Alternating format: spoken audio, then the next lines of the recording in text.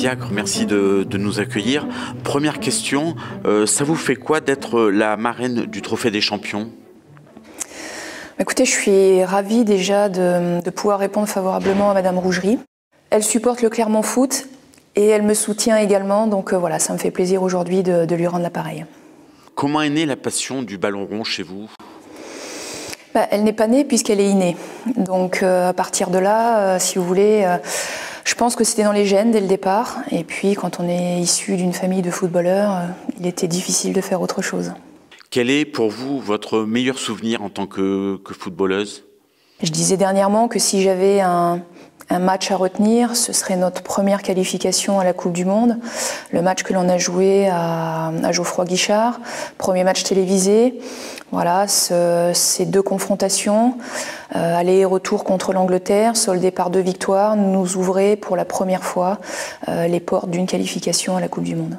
Ça fait maintenant plusieurs mois que vous êtes à la tête du Clermont Foot. Comment ont évolué les relations avec les joueurs ?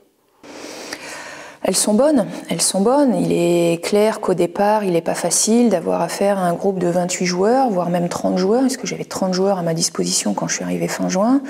Il a fallu faire un peu le ménage, et puis on sait très bien que plus les groupes sont conséquents, plus c'est difficile, puisqu'on ne peut pas faire jouer tout le monde. Après, moi, j'ai fait des choix et je les assume, très sincèrement. Alors, n'en déplaise à certains, forcément. Mais je suis pas là pour faire plaisir. Je suis là pour avoir des résultats et c'est ce que me demande mon président. Donc, à partir de là, il faut malheureusement laisser l'affectif de côté.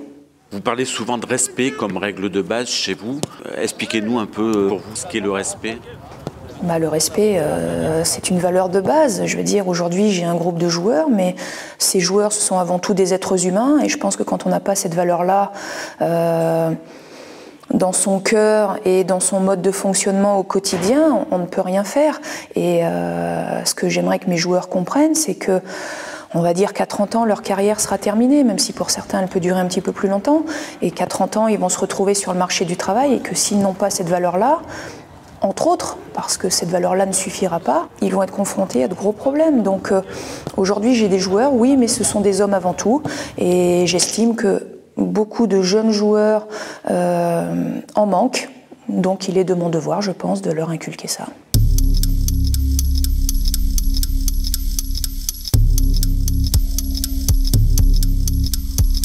Qu'avez-vous envie de dire à tous ceux qui sont réunis ce soir ?